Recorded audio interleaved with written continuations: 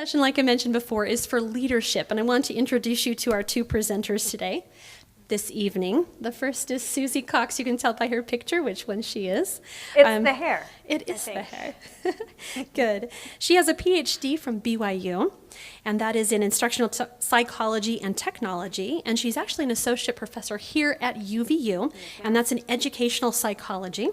Also, she is involved with TED Talks, actually, and also been invited to present at the prestigious Learning and Brain Conference. And she's also a middle school leadership teacher, among all the other things that she's doing. Go 7th grade. And she also has 2 children. She has a 10-year-old son and also a teenage daughter, if you can imagine what that's like. That's awesome. We're so I'm the glad only to have person her. on the planet that when she turned 13, I was like, yes, teenager to experiment on. Ooh, I like it. Good. And then also we have Dr. Eve Miller. She's here. Her degree is from the University of Utah, where she also teaches. Her PhD is in cognition and also cognition and neurosciences. She's an instructor in psychology. And not only that, but she's also the director of research for Franklin Covey. And she has a 5-year-old daughter, 15 chickens, if you didn't know that already. And also she's involved in she's a leader in the Me program. So I want to introduce and welcome our 2 presenters who are going to take some time. At 8 o'clock, we're going to break for some refreshments and have our session continue afterwards until 8:30 with us working together. So let me turn the time over to our 2 wonderful presenters. Thanks for being here. Thank you. So we're going to give you some thought questions to kind of guide you through the rest of our presentation today. We'll be revisiting those at the end. So we're going to present those now.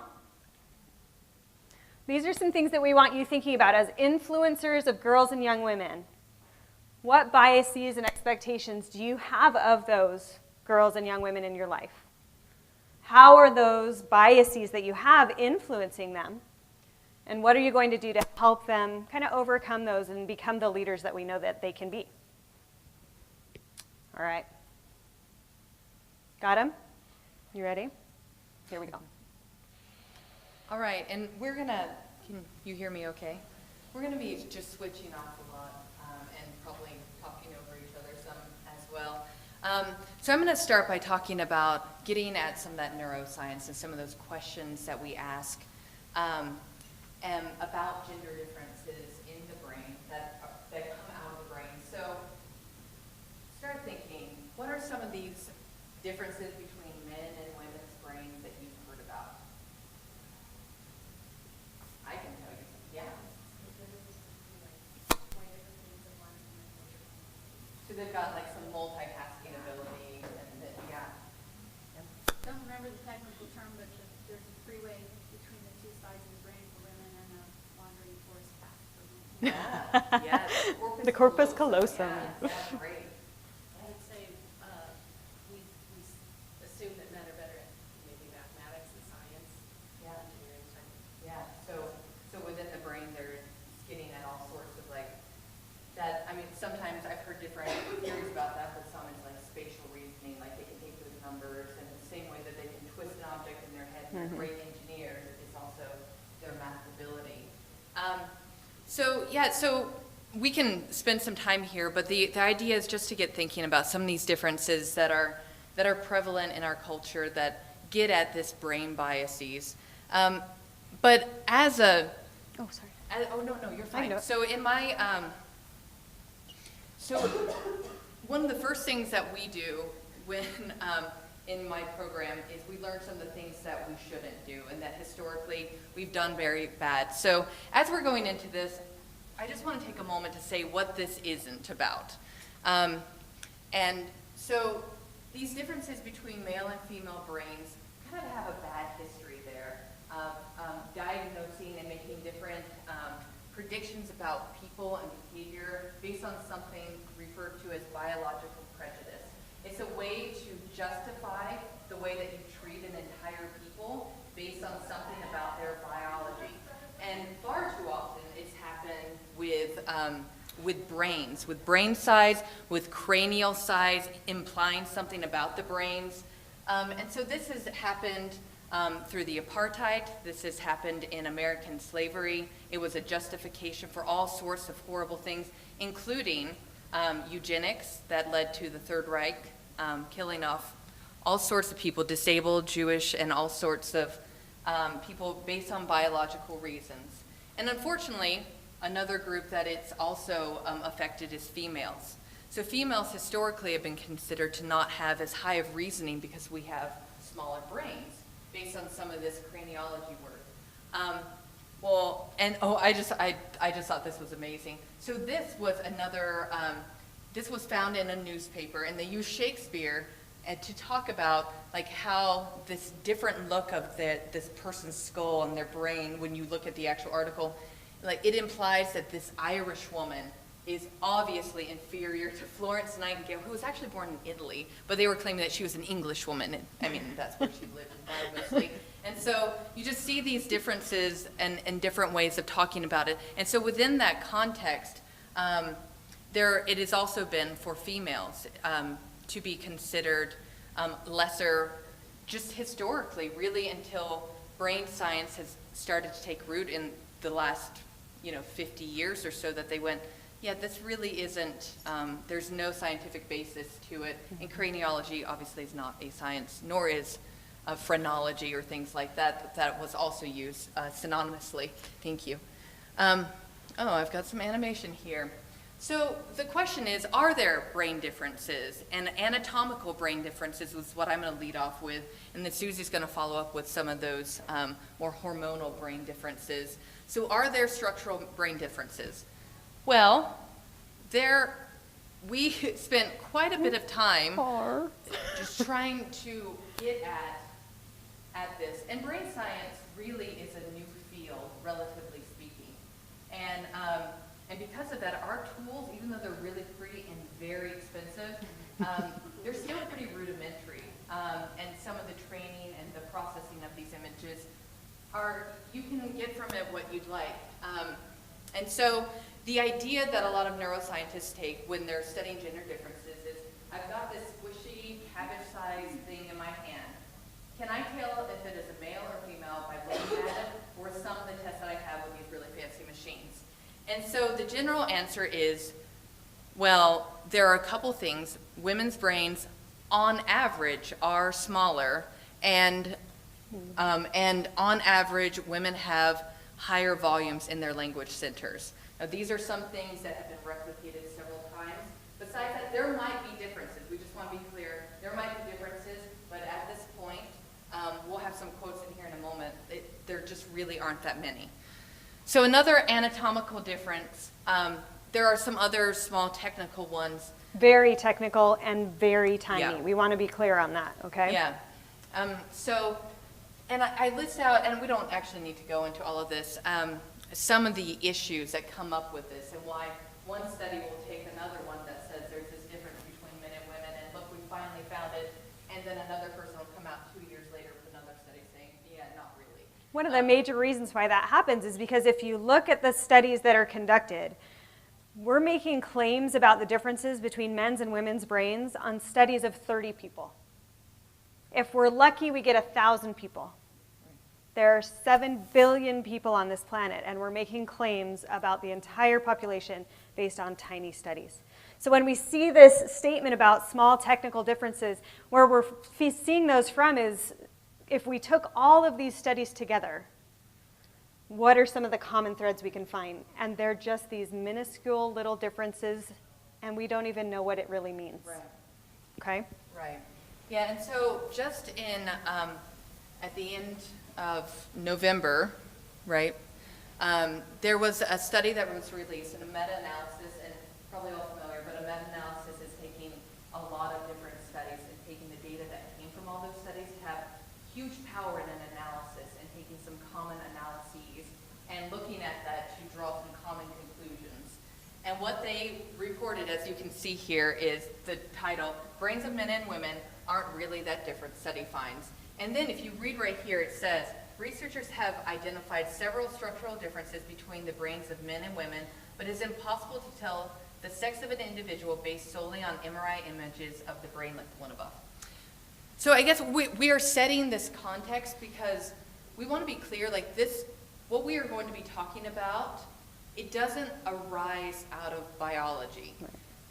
it arises out of something else. So in thinking about those thought questions, we want to spend a moment here to say, when we're talking about the structural differences between men and women, there really aren't any to be found. At least science, in a meta-analysis in one of the best scientific journals 2 months ago, said there isn't. So we felt like that was an okay answer to present to you. Oh, hey, she left. So what they said in that meta-analysis is more than it being a man's brain or a woman's brain, just like with gender identity, there are many different types of brains. There are women parts and there's men parts. There are parts that it's far more fluid or along a continuum, as you saw there. It's like, that was like the peak of my PowerPoint ability, so I hope you enjoyed it. So we are far more along a continuum than we are anything else. So just like so many things with human behavior and with our anatomy, things like that, we're somewhere on a bell curve where most of us probably fall somewhere more in the middle with our behaviors and with our anatomy. Excellent. Sorry to let you down. So in short, reminder, okay? When it comes to brain anatomy, the brains of men and women just aren't that different, if they're different at all. If we look at a brain, we cannot tell who it came from, okay? So that's something really important for us to realize as we go back to what Eve was talking about earlier with the idea of being able to judge the quality and the capabilities of a race of people or a whole group of people based on that wet, squishy blob. Absolutely not. That is not possible with the brains of men and women, okay? So we need to make sure that that is very, very clear. What we do know is that there are some hormonal differences, right? Okay? We have some lovely stuff. Yeah, I tend to pace, so that's good. We have some lovely stuff called estrogen and progestin. Awesome. Sorry, the women in the room do. Okay, so that particular hormone, when it gets up into your brain and starts affecting your thought processes and your emotions and things that you want to do, it does tend to push us toward the caring and community side. Okay? So women tend to be a little bit more on the communal, linguistic, compassionate, nurturing side. That's a hormonal difference, not a brain structure difference. Okay? On the other side, whoops. Wow, you're trigger happy. On the other side, we've got testosterone. Now, testosterone promotes competition, independence, all of that good stuff, right? Men and women have both of those. Okay? Women have testosterone, men have estrogen and progestin, and we all have them in varying amounts. Not only that, but we're exposed to them at varying levels within the womb. Okay, so that's been an area of study that we've focused on a little bit with regard to autism research. Higher levels of testosterone exposure in the womb seem to be correlated with higher rates of autism. Autism is more prevalent in our male population, so we think there might be a hook there, a connection there between levels of testosterone and autism. Not to say that that's the answer, but there is a connection, okay? Likewise, on that other side, people with higher levels of estrogen and progestin, estrogen in particular, seem to have higher rates of depression, okay? So there are these hormonal differences that definitely influence how our brain functions, okay? But once again, not an answer to everything. And oh yay, women get monthly cycles, which also affect and don't affect men to the same extreme, right? So that affects women's brain function and things like that, but again, not capability. That's what we're talking about today. So when we really look at the differences between male, female, does that even exist? It seems to be better correlated, the way our brains work and function, seem to be better correlated with our psychological gender. In other words, who do we feel ourselves to be? Do we feel to be more masculine? Do we feel to be more feminine? Our brain structures are actually more closely correlated to that than they are to our biological sex. Okay, so there is no way of us talking about men versus women in this context. Okay, hammered home. In short, we're really all mosaics. We've taken all these different bits and pieces of how the brain works, these different strengths and weaknesses, and we put them together to make perfectly unique and independent brains in every single person that has ever lived on this planet. a perfectly unique brain. Okay. So what I'm going to talk to you about for a little bit is my area of passion and specialty. So I kind of joked that I celebrated when my daughter turned 13, but I'm an adolescent psychologist, so that's what we do. Okay, so I was like, yes. All right. What really starts to get fascinating when we look at the differences in how girls versus boys think and men versus women think is what happens as kids develop, as they age and they learn and they mature. So we're going to take a look at an example of that. So we've been a little lighthearted. We've been laughing a little bit at some of the things we saw at the beginning of that video, but there really is a trigger there between about 10 and 14 years of age. Okay? So it's something that we need to talk about very carefully and critically. First of all, I want to ask you really quickly, do you know the average age of the onset of puberty right now? Ooh, yeesh, you people are mean. Okay, it's 11. Okay, so that's the average age of the onset of puberty. So that does mean we have 8 and 9-year-olds that are beginning puberty, and we have still 14 and 15-year-olds. But we need to really think about that and realize that this window of 9 to 14 is a profoundly important one that we need to be aware of. And let's talk about some of the things that happen during that window. So if you'll play the video up there. What we're going to take a look at first is actually just the general course of development of the brain. It's important for us to understand how that works. And you can see in the animation there as it turns blue and into purple, that means it's becoming fully developed. In other words, it works the way it should. It's communicating to the other parts of the brain the way it's supposed to. Okay? As you watch that, the bottom there is the back of the brain. The top is the front of the brain. Did you see a general pattern of development? Back to front. Okay. What happens up front? What was that? It develops at the end. Yeah, our decision making. What else? Higher order thinking. Anything else? Yes, our executive functions. Being able to control our emotions and say, you know what? No, that's okay. I don't have to get mad. What else?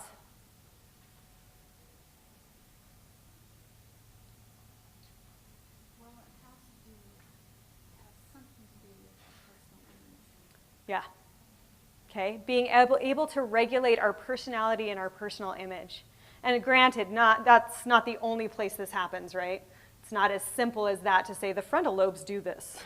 Okay? But they really are mainly in charge of helping us to control ourselves, to have inhibitions and not do stupid things, to make smart decisions, to think critically, all of those types of tasks. Absolutely. Yep, so our consideration of consequences and our planning for the future types of tasks are in there as well. At about what age do those frontal lobes get fully developed? Yeah. Okay, 24, 25. Actually, current research is saying maybe not until 25 to 35 years of age.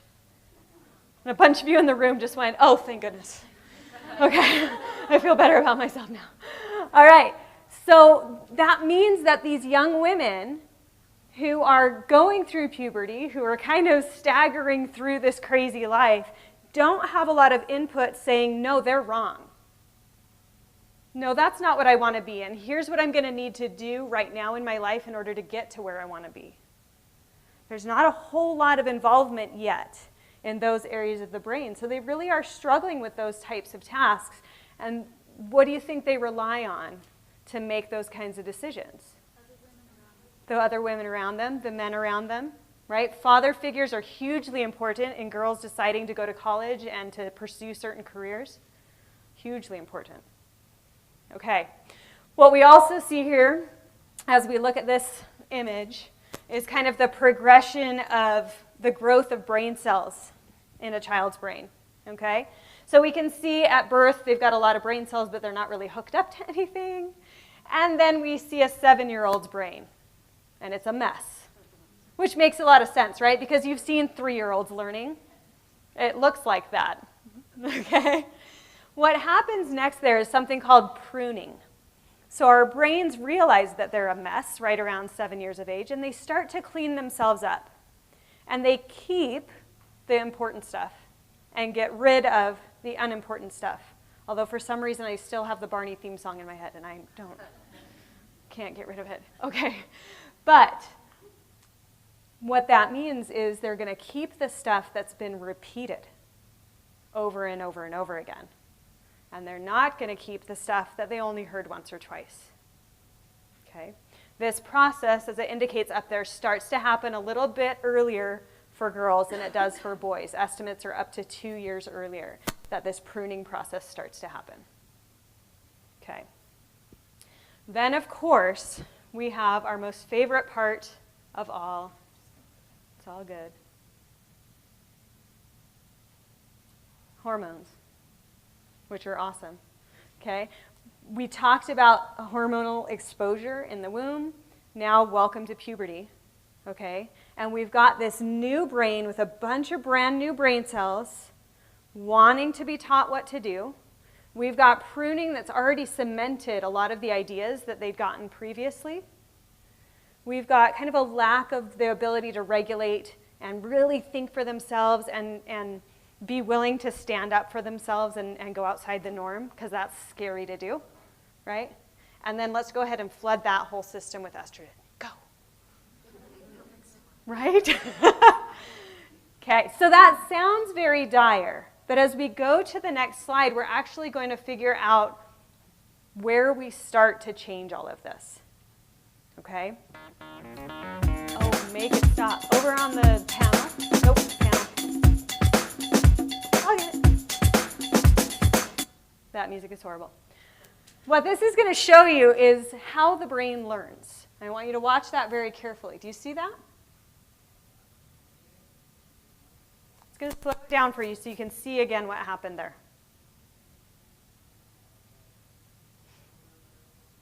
What you're seeing take place are two brain cells, and this is happening in your brain right now, so go ooh for a second. Reaching out, growing, and physically changing because of new information with which they've been presented.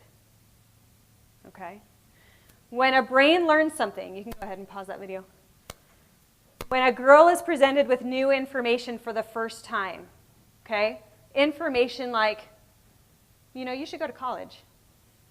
She hears that once and she creates a weak little pathway physically. Her brain changes to accommodate that new information. But if she never hears that again, what's going to happen to that connection? It'll get pruned. Okay? But the more times she hears that, the more that new connection sticks and strengthens. Okay? And those strong connections don't get pruned. They stick around.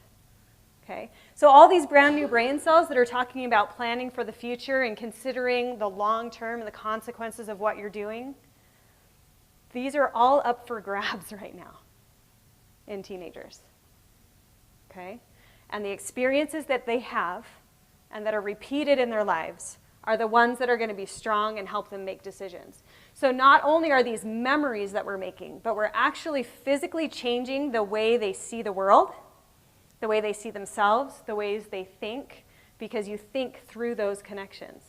So if I have new and different connections, I will literally think differently and see the world differently than I did before. Okay. So we talked about the structural differences earlier. I just want to emphasize this. No, you're good. Before puberty, 0 differences in capability. So anything you've heard before about boys being better at math, girls being better at language arts, no. There is no difference in their abilities or their capabilities.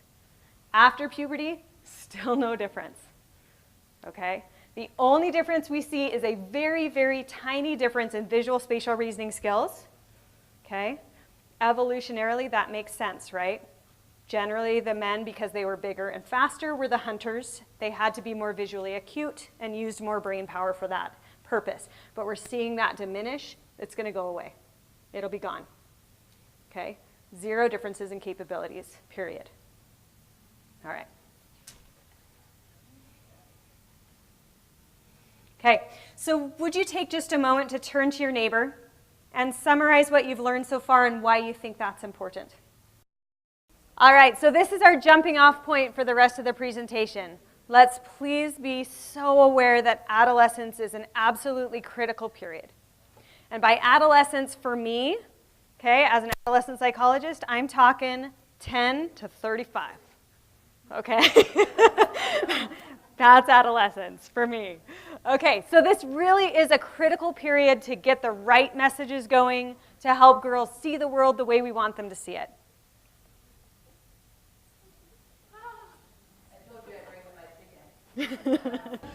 Okay, these aren't my chickens. I have made my chicken sweaters. I have made them sweaters. Maybe it was just for Facebook, okay, but it was super funny for me. I was like, probably is animal cruelty. I'm going to take this off. So we're going to take some of this like more neuroscience approach here, and we're going to get into so it was presented that I study cognitive neuroscience, and the difference between just neuroscience and cognitive neuroscience is we look at the behavior that comes from something that's happening in the brain. We want to understand both. And so we're going to get into some of the behaviors and some of the things that happen and keep tying it back to the brain, but we're going to leave the brain more or less for now and talk about some of that learning and get some of your feedback on this. So why we have chickens up here? So I've put chickens up here to talk about one of the major ways that we learn. So the brain is lazy. We have a finite amount of brain food, glycogen, in our brain, and we are very careful about what we focus on. This is probably why a lot of us are playing Candy Crush by 3 p.m. at work, because when you give a lot of focused attention, these up here, up there, your executive functions, when you're using those all day, it is wearing. You're tired. You just want to go home and watch X-Files. And so I would say you dated yourself, but it's on again. So. It's on, exactly. And so what we do, because the brain is always trying to conserve, and also for efficiency of time, is we group things together. So I'm using chickens here, okay? So I have a lot of different varieties of chickens. A lot. I have 15, like I told you, and I live in a suburban home. And, see, it's up there. So when I see these different varieties, I have a concept in my mind of what a chicken is. So I'm not blown away when I see an Orpington, I think it's the yellow one, or a Rhode Island Red, because I have a basic concept that all of these fit into, right? You could do this with dogs. You're not blown away when the first time you saw a Chihuahua, because you had a pretty good idea that that's a dog. Well, maybe a cat, but you got an idea. So within these concepts, people create these prototypes, and a prototype is the one. Okay, let's just try it. Name your this is the exemplar. It is the one that you think of when I say a concept, okay? Dog. Black lab? Beagle? Oh, cute. What was it? Golden. Oh yeah, that's mine too. That's mine too. See, everyone has a different one, but everyone can live within the same concept while having a different prototype. So I don't remember that. So this is another leghorn. This to me is the prototypical chicken. This is the leghorn, and they are beautiful. Mine aren't that beautiful because they take dirt baths all day, so they're brown. But it's a fairly accepted prototype, right? Because to the extent that they made a cartoon out of it, and we're just that does not look like a rooster, just so you know. Right. Right? But we were all like, oh yes, that's a rooster, because it looks like the prototypical rooster. It's fine, we're good. Right. Yeah, so why I'm talking to you about my chickens is I try to work them in at any party, at any event, so that's all. So now I'm going to move on to So the reason I really am talking about concepts and prototypes is because we have this basic model at Franklin Covey. And this is not a commercial for Franklin Covey. What I do for Franklin Covey is I'm the director of research for a program called The Leader in Me. And it is a program that's in elementary schools primarily in 35 countries and 200 and Oh no, we're in like thousands of schools. And the idea is a leadership concept for kids that start with the staff and move into the kids. Every kid is a leader. And we've gotten to see in this very unique perspective, in this age range, what it means to change paradigms, to change the way that people look at the world and at their kids and things like that. And so I tell you all this because one of our most basic, simple models that we're going to keep bringing up here is the see, do, get model. And so it simply goes like this. What you see in the world is how you behave. You act on the things that you think about. The concepts that you have in your head about a type of people or a type of chicken or a type of movie. Maybe you avoid some if it had Keira Knightley in it. I'm just saying. Like, they lead you to the behaviors that you do.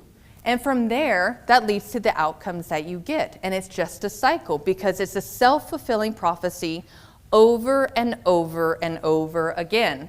Because you can think of it as bias. You can think of it as stereotype. All of these are synonymous with what we're talking about when we say this is how you see the world. And we're going to get into a little bit of that.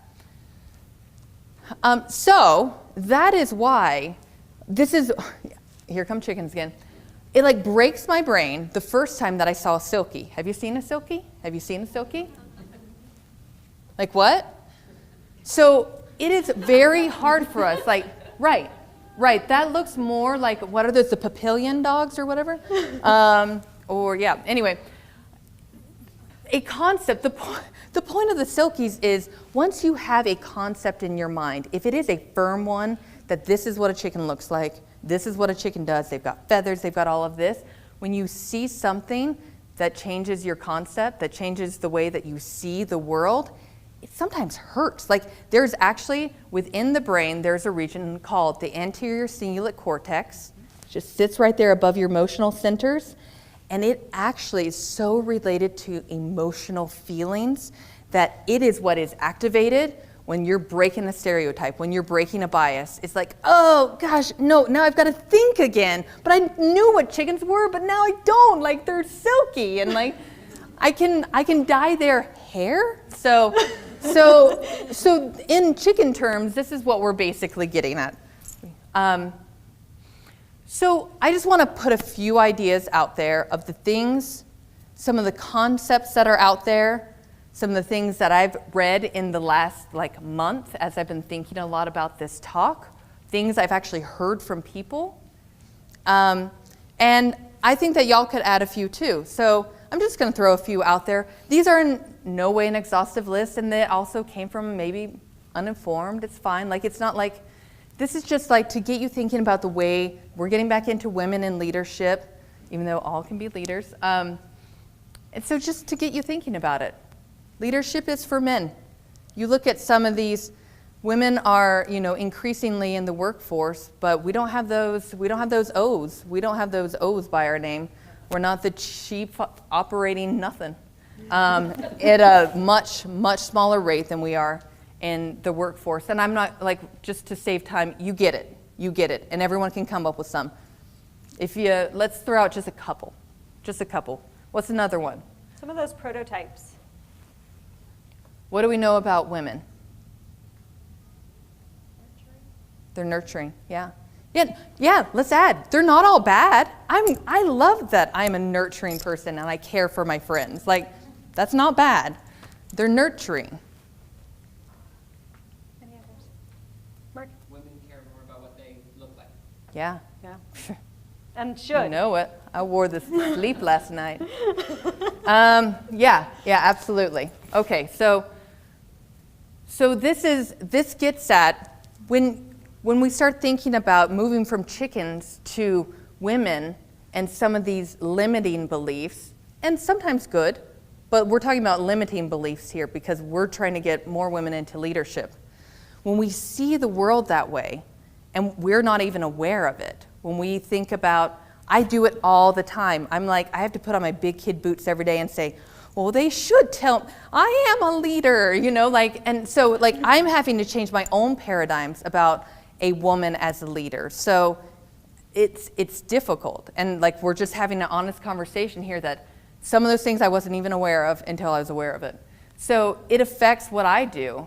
And so the question that I'm raising is, what actions may come when we see women or ourselves this way? Yeah. I would say the one about when they have kids, they'll leave the workforce. Yeah. So if that's good for somebody, go ahead. But Yep. why would I excel? Why would those first 5 years that I'm working, why would I try and be a leader? Good. Right. And put out the effort. Mhm. Because I'm just going to leave. Yeah. Right? Or I wouldn't, I guess it's more us. I was thinking more management wouldn't want to promote you. Yeah. And that's the context I heard it in, but it's another great point where it's like, well, once you, I remember one of my friends early on that stayed with me for a long time because she was already a bank manager and she was like 23 and she was like, yeah, but as soon as I have my kid, I'm leaving. That's fine if that works for you, but that got in my head like that's what I'm supposed to do. Like I was impressionable, whatever. And as we talk about influencers, I mean, the point you just made, that actually happened to me. So I was a 24-year-old employee, full-time employee, and my boss called me in for my annual review, and this is what he saw of women, was that women should be at home with their children, and I was pregnant at the time. And so he literally said in my job review, it was a struggle for me to give you a raise because I don't want to encourage you to stay at work. Okay? Now, that's one person making a mistake. Cool, I make him call me doctor. But, It's true. but what he saw as the role of women, his prototype of women, then impacted what he did to me, right? These are the kinds of things that we're talking about, as well as what we're willing to do for ourselves. Yep. There was another, yes? I read a time ago a Harvard study that indicated a woman is more likely to give up a goal than compromise a relationship. A man's more likely to give up a relationship than compromise a goal. Yeah, and that stayed with you. Significant. Absolutely. Absolutely, yeah, that stayed with you. Like, that's come into your head at times when a goal was hard, I would imagine. Well, my husband died young, so I did lots of things like that. You achieved lots of goals. Love it. See, and that's getting at that C, that C, your own experience. I'm getting ahead of ourselves. Okay. Okay, let's keep moving on. Is this where you take over? No, I keep going. What's the harm? Okay, yeah, okay, hang on. Let me get up here on my podium. Okay, what is the harm, right? Okay, so we've already pointed out some things that can be the potential harm, but I'm bringing it back to what Susie, Dr. Cox, was talking about before. You don't have to call me doctor. Okay. So this pruning, so this C, it's not just about how you see you. Think about the people that are surrounded by you that are making those connections, who are thinking for the first time about what they are in this world and carrying that forward strongly into high school and into their relationships and into their decisions about college and what they're going to do with their lives. Well, we know from research that primary caregivers, up until about kindergarten, until they meet their teachers, that is that person. That is that person in their lives. How that person sees that child, y'all know this, whether like explicitly or implicitly, that is how they see it. That's why we've got to check the way that we see and we talk to our children. From there, it becomes teachers and primary caregivers. Teachers have an amazingly positive, possible role in their kids' lives, but they also, teacher expectations, that whole study of like a teacher who sees a child as like a low performer, there are amazing things, even just set up in experimental conditions. Yeah. By third grade, the teacher's opinion of the girls is that the girls are not good at math. And the third grade teachers don't see themselves. The women third grade teachers do not see themselves as good at math. Yeah. And that's one of our biggest, that's one of the biggest minds undermining women is the elementary school teachers, because they go into elementary school teaching because they're not good enough in math and they're not good enough in science. And so we get the crap as elementary school teachers. And then our young women go into junior high with this image that they can't do science. So as the science specialist for a charter school, I was hitting up against that constantly, where I was going into the elementary school and trying to get the teachers excited about science and teaching science to the kids, and they were just going, I can't do this, I can't do this. And I'm going, well, why did you choose to be a teacher then? Well, and I'll one-up you actually on the math. So the most recent research with regard to math, and of course we have tremendous variability in our teachers' capabilities and why they go into the profession, but Erin Baylock has done some fascinating work with first grade teachers. Now, first of all, elementary majors do have the highest rate of math anxiety of any major on any college campus, okay? So they fear it. They've been bred to fear it, right? They've been taught to fear it. Not all of them, but there's the highest rate of it, okay?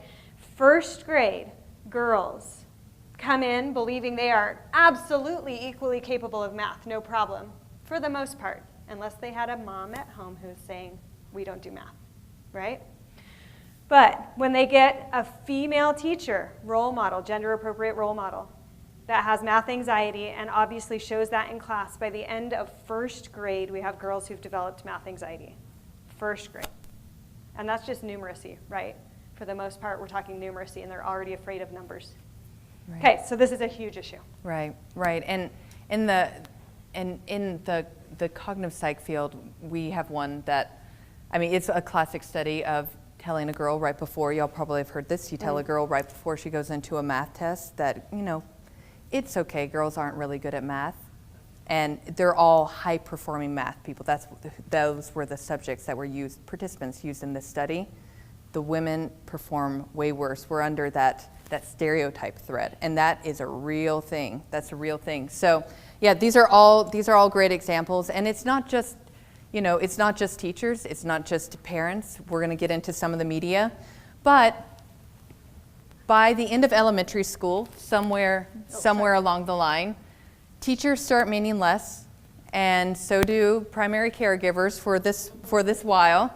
Their influence on the way that children think is far more influenced by the peers. So there's this time, and then, I mean, who knows what messages they're going to receive, but like there is this time up until like the end of elementary school where it's so essential that those messages are made clear to them so that they have a trajectory they don't have to correct over many years about who they are at their core.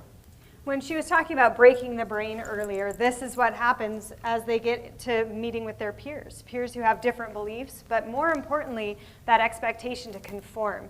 There's some really powerful influences on adolescent minds where they feel like everybody's judging them all the time, right? Watching them and judging them. So they need to toe the line. They need to conform to their friends' expectations because otherwise it breaks their brain. Like it's just too traumatic, it's too scary, it's too much to deal with without those frontal lobes helping them out.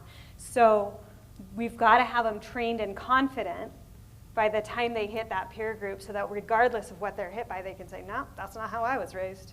They're willing to stand up. Right. Okay. Right. The second of the two things that I'm just going to talk about how expectations are so impactful on learning is growth mindset. Who's familiar with this idea of growth mindset? Yeah, it's okay.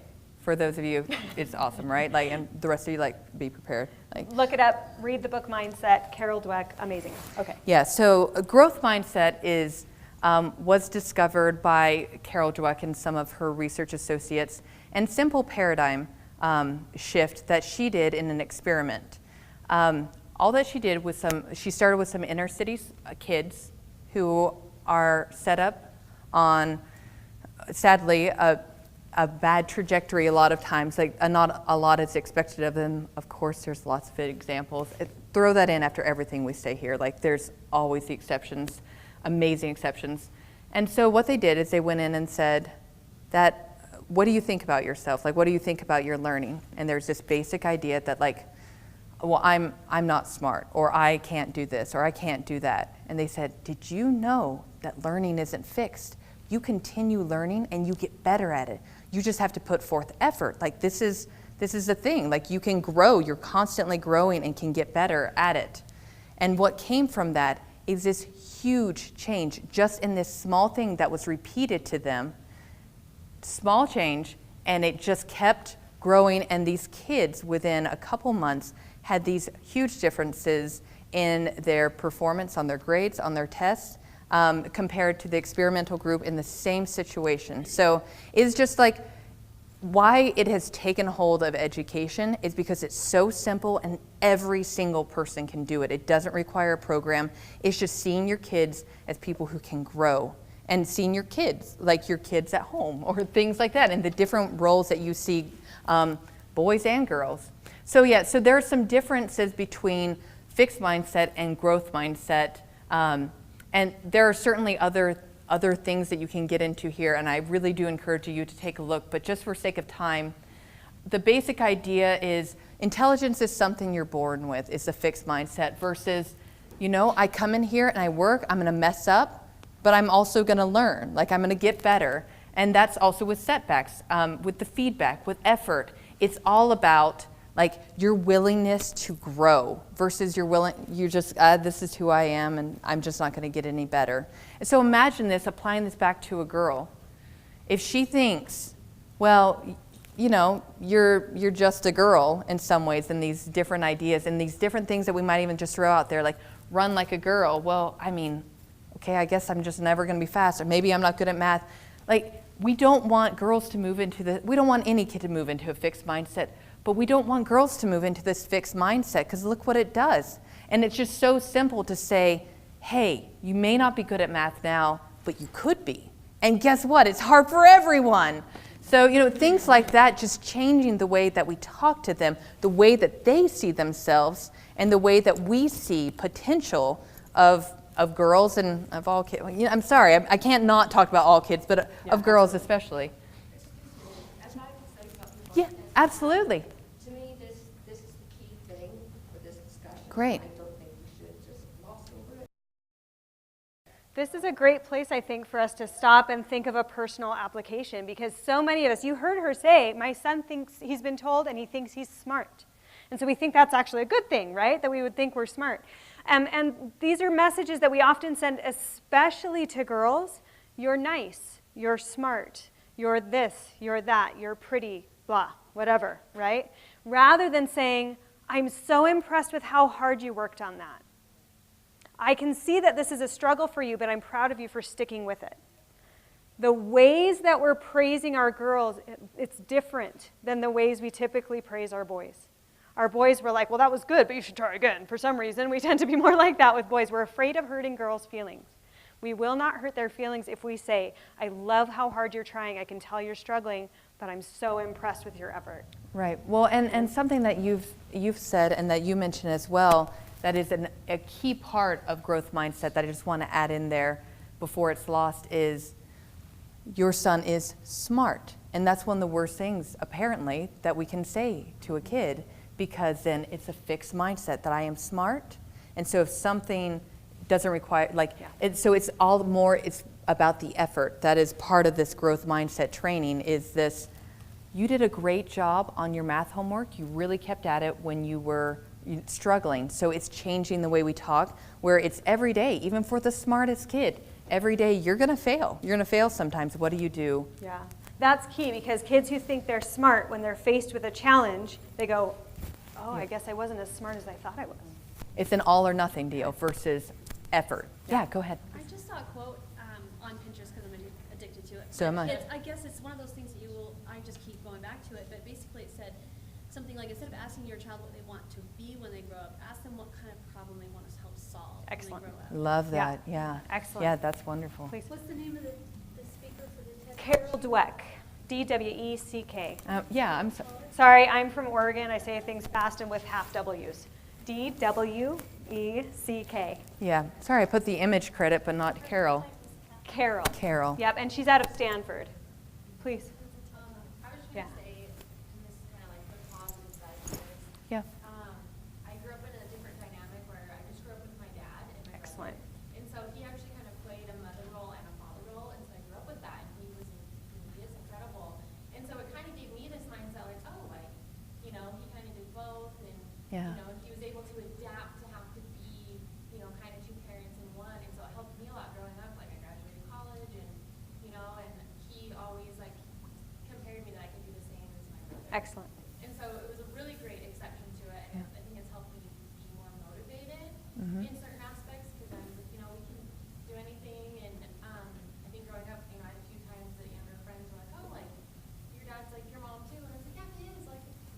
Yeah.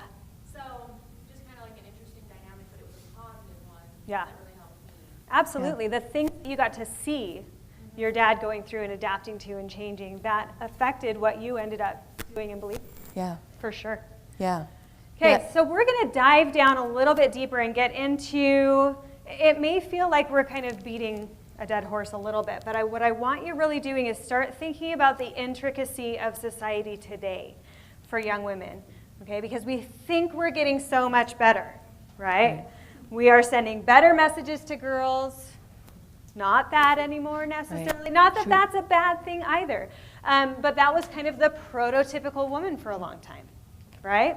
So what we're going to do is pass out some important facts that you should know about women in the state of Utah. And we're talking about Utah specifically because we get the cultural messages of the people around us. And so we want to really carefully consider what messages we're sending to girls versus what reality is. So what we'd like each of you to do, we're going to have you form groups of 4 for a minute. Okay, so right now form a group of 4 before you begin reading, and each person in the group of 4 is going to choose a different section to read. All right, so what we hope you're noticing is that this image of women and what they're supposed to be, that is potentially still being carried forward, and again, is not all bad, right? But what we're saying is that this image that's being carried forward of women, as you just realized, is not a realistic one. Okay, Utah has one of the highest rates of women who work outside the home. Utah has a higher rate of divorce, okay? And it has the lowest rate of women going to and graduating from college, resulting in a really low rate of women in high education professions and a very high rate, 35% of single women households that live below the poverty line. So where's the harm in sending the message that that's what we're supposed to be? We can see that, right? Now, I'm never going to allow anybody in my presence to say, well, I'm just going to be a mom, okay? Even if your ultimate goal and what you're aiming for in life is to be a stay-at-home parent, which my sister is, and I worship her, okay? Hardest stinking job I've ever done, right? I've got a doctorate. I'm a full-time professor. I teach 7th grade, people, okay? Hardest job I've ever done by far. My education serves me daily. My profession serves me daily. And if I didn't have those, I would not be the parent I am, right? Okay, point made. So we get into now the mixed messages that these girls are getting, and I do want to make sure that we're very clear here that we are not trying to turn girls into boys. That's not what we're saying. What we're saying is that everybody lives along this mosaic, this continuum that we have. And so what we need to do is help everybody, every gender, be aware that who they are and what their strengths are is fantastic. And those things that they think are weaknesses can be grown. And it doesn't matter who you are. There are no limits to that for you. Okay, so we're not trying to turn girls into boys at all. I'm going to skip this advertisement, but we are seeing definite changes in how society is portraying women and girls, right? For me, Barbies were not exactly a thing of female empowerment, okay? But now we've got a new campaign about being anything you want to be, right? And that's the real emphasis of the Barbie campaign right now, is saying, you want to be a doctor? Great. You want to be a business leader? Great. There's a Barbie for you, okay? And I know that's a marketing thing. I get it. But that's such a huge step up from me because I had Malibu. That's it. That's all I got, okay? Okay, but at the exact same time as we're seeing that Barbie campaign, this popped up 2 weeks ago. Girls should be mothers, not Jedi Knights. Thank you. Okay. Uninformed. But we're having statements about, what is this? You're ruining the franchise for us. 2 weeks ago. So what we're painting here is this picture that, yes, we have come a long way, but no, we haven't made any progress at all. at the same time, and the mixed messages now that these girls are getting. So how am I supposed to have confidence, and how am I supposed to prune strong neural pathways that are going to direct my decision making if everything I get is something contradictory? Excuse me, where did that pop up? That one was on, I can't remember which website I got that off of. But it's on Rams Paul, so everybody go flame him. Okay. All right, the ideal of beauty 50 years ago, the ideal of beauty today. Or is it, a girl should be like a butterfly, pretty to see but hard to catch? What does that mean? Or is it? You know, that's the place where they make money, and that's why it's the image Right. that's being projected. Absolutely. So this is what I'm saying. The adolescent girls in our lives are getting this message at the same time they're getting this one. It depends on how much Absolutely. TV you watch at home. Right. So absolutely confusing and difficult to navigate for girls who are lacking the frontal lobe development to be able to be truly discerning and say, that's crap, that other one, that's who I want to be. Right. And I want to be really clear, it's not just on TV. A lot of people are like, oh, Absolutely. to eliminate TV in their lives. I go out with my husband. I have a more senior job. I get paid more than my husband does, and he has no qualms about that at all. We go out to dinner or meet new people. The first question is directed to my husband. What do you do? Yeah. And I'm from California. And the next question, or the first question, was directed to me. The second question was directed to my husband, or vice versa. But uniformly, it's like, okay, what do you do? And then my husband always says, and my wife is a leader in a consulting firm. Excellent. And it's not just on TV. Absolutely. It's in the subtle interactions Yes. that we're having, and those conversations where when my unborn daughter comes to this earth, I'm really concerned Right. that that's what she's going to see. Right. And that's exactly what we're talking about, are the subtle messages. When we come back from our break, which we're going to take in 5 minutes to go get snacks, that's where we're headed with our last 30 minutes together or 20 minutes together, is to really think about those subtle messages that you individually in your roles are sending.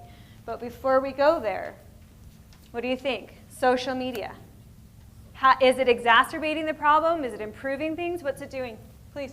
I'm studying social media communications, and so a lot like my teacher was talking to me specifically because the class was only like 4 girls who took that class, and they're like, "How does social media make you feel?" And he asked me. I told him it can be extremely empowering to learn so much Absolutely. information going around, but yet in Instagram especially, everything's perfectionized. Right. Everything has an image to be glamorized. I follow a lot of style Instagram to get like inspired with looks and stuff like that. But a lot of the girls have heavy makeup, eyeliner, and everything, and you just don't know what's real anymore. Yeah, absolutely. But I'm like 22 years old, and I know, oh, she spent 2.5 hours with her hair and makeup done by a professional, or she's a makeup guru. Right. Whereas like 12-year-old girls start following these Instagram things, they don't know that she spent 2.5 Exactly. hours with a professional, and they're like, how can I achieve this? So they don't distinguish what's reality and what's expected to them. Yeah. And so I see like really young girls starting to put on makeup on. When I started putting on a lot of makeup when I was 17, 18 years old, and so it just like gets me concerned that these little girls starting to get Twitter and Instagram accounts, and they don't know what they're looking at. Exactly. And so they have these false images. Right. And our natural inclination as parents and as influencers in these girls' lives is to say, well, let's just shut down that social media then so we don't have to worry about it. May I please advocate to you, sit down next to her. Look at it with her and say, do you think she looks like that when she gets out of bed? Nope. And have conversations about it. That's where the power lies. But you'll notice what you said was you can find amazing communities. There are girls' Lego leagues and girls who code and all kinds of amazing communities online. And you can also find the other side of the coin. Please. I was going to say social media is a way, I think especially for young girls, is a way to connect with their favorite celebrity, or to see their favorite YouTuber, or their favorite band. Right. And a lot of, at this age, a lot of what they are, the bands, the celebrities, YouTubers, whoever, are keying in what they're hearing and what they're learning. So Right. So I need to look like that. Exactly. Oh, my face said that this is important. She didn't need college, or she didn't need this. So Right. I'm learning that those are things that I shouldn't have, or that Right. I don't want. And you know what? We got that in Us magazine back in the 80s, right? We have to, Like my old lady impression there. Susan? But the Susan? speed of transmission and the number of images that are possible, we are seeing major impact, right? Look around this valley and see the rate of depression, anxiety, attempted suicide, and unfortunate suicide in this valley. Okay? There is an impact in the number of images they're being exposed to that are told about perfection. Please. Yes, as a mother, I think as parents, we should be able to sit down with our children, like you said, because if you're gonna let pop culture educate your children at that early age, then of course we have problems like this of identity, what I am, what do I supposed to look like. But if parents would, say, some of the ideas or some of the content that you're going to see in social media is not realistic. Yeah. It's accomplished by changing the picture, I don't know, special effects, whatever. So that person, the child's gonna grow up thinking that is not realistic. Exactly. Yeah, we just have to be clear. Yeah, well, and that's a nice tight. Sorry, just for time, we're just gonna wrap up a couple of these slides really quickly, and then we'll come back in here and do our last exercise, which we hope is the big take home. But what you're getting at is you're helping them to see differently. You have that cognitive dissonance you show them the Silky chickens and say, look, see, chickens. I'm sorry, I had to bring the chickens back in. So we want to bring this back to this see, do, get model, and we've been really just bringing it up in different ways, like the way we see the world. It leads to the actions we have, and that gets the outcomes. So if we want to change the outcomes, we have to change the way we see it. Simple model, that's why I like it. So if we need to see women as leaders. We need to help ourselves change the paradigms for these girls and think very clearly about, we didn't have time here, but like, what is a leader to you? What can that be? In a home? Oh, you bet. In work, in all these different, in community, there are leaders everywhere.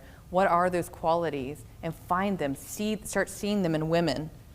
And so this how that I'm getting at is, this comes from some of the research about how to get rid of that cognitive dissonance, how to change the stereotype that you have, the biases that you have. So become aware of your bias. And that's what we're going to come back here and do, because I have them about women. Like, just to be clear, I have them every day. I carry them about myself. I think everyone in this room has them. So just getting real with ourselves about what that is. And then we have to observe how they influence our behavior. I am so sick of saying sorry all the time. Or I'm just emailing to, right? Yeah. Okay. And so we're going to do this as part of the exercise. And then open ourselves up. Like, this is the best thing that you can do to change the way you see the world. Like, yeah, the Silkies, but you know what? It opens your eyes up to that chickens can look like all sorts of things, or women can look like all sorts of things. But if we only see them in the home, we're only going to imagine them there. That's where our concept stays. We don't go outside of it. And then raise the awareness. So what you were talking about. When you see this, you make it better. When we know better, we do better, right? Thanks, Oprah.